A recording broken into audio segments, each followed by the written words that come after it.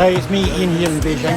One thing that I think Beijing authorities need to look at is this idea of cars just being parked everywhere. I mean, normally me, I can just squeeze by them and get round them.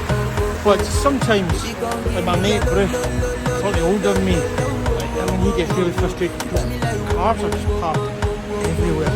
Heavy snow here. That's why I'm complaining. Because I nearly fell. Yeah.